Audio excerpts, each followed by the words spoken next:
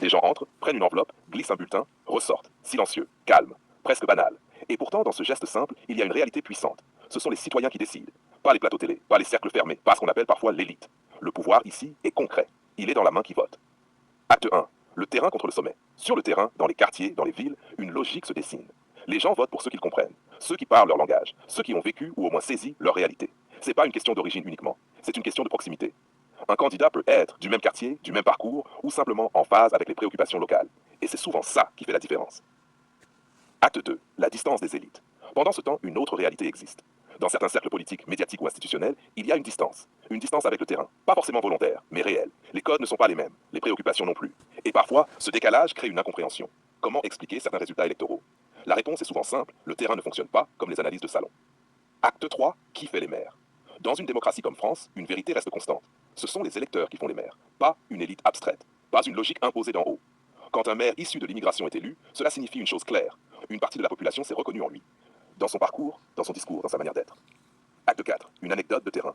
Dans une ville moyenne, un habitant dit, open quote, moi je vote pour lui parce qu'il sait ce que c'est. Il a vécu ici. Il connaît les galères, il connaît les gens, close quote. Un autre répond, open quote, je m'en fiche d'où il vient. Ce que je veux, c'est qu'il fasse le travail, close quote. Deux phrases, deux logiques, mais une même conclusion. Le vote repose sur du concret. Acte 5. La Nouvelle-France. Ce que certains appellent la Nouvelle-France, ce n'est pas une rupture brutale. C'est une évolution. Une société plus diverse, plus mélangée, plus complexe. Dans cette réalité, les parcours se croisent, les identités se superposent, les références évoluent et les choix politiques suivent cette transformation. Acte 6. Français et Français, la question devient alors plus profonde. Existe-t-il plusieurs types de Français? Pas juridiquement.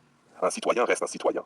Mais dans les perceptions, certains ressentent une distinction implicite. Ceux qui incarnent une image traditionnelle et ceux qui représentent une France plus récente, plus plurielle.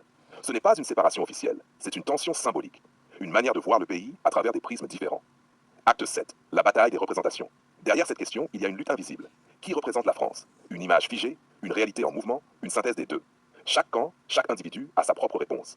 Et cette réponse influence le regard, le vote et l'acceptation des figures publiques. Acte 8. Le rôle du vécu. Au final, ce qui pèse le plus, ce n'est pas l'origine seule, c'est le vécu. Les électeurs votent souvent pour quelqu'un qui comprend leurs problèmes, quelqu'un qui parle vrai, quelqu'un qui semble proche. Ce lien peut venir de l'histoire personnelle, mais aussi de l'attitude, de la cohérence, de la présence sur le terrain. Acte 9. Une transition silencieuse. La transformation est déjà en cours, sans déclaration officielle, sans moment précis. Petit à petit, les profils changent, les visages changent, les références changent. Et ce qui semblait nouveau hier devient banal aujourd'hui. Acte 10. Le vrai rapport de force. Le vrai rapport de force n'est pas entre élite et peuple au sens simpliste. Il est entre la perception d'en haut et la réalité d'en bas. Quand ces deux mondes sont alignés, tout paraît fluide. Quand ils sont déconnectés, des incompréhensions apparaissent. Conclusion. Une seule France, plusieurs regards.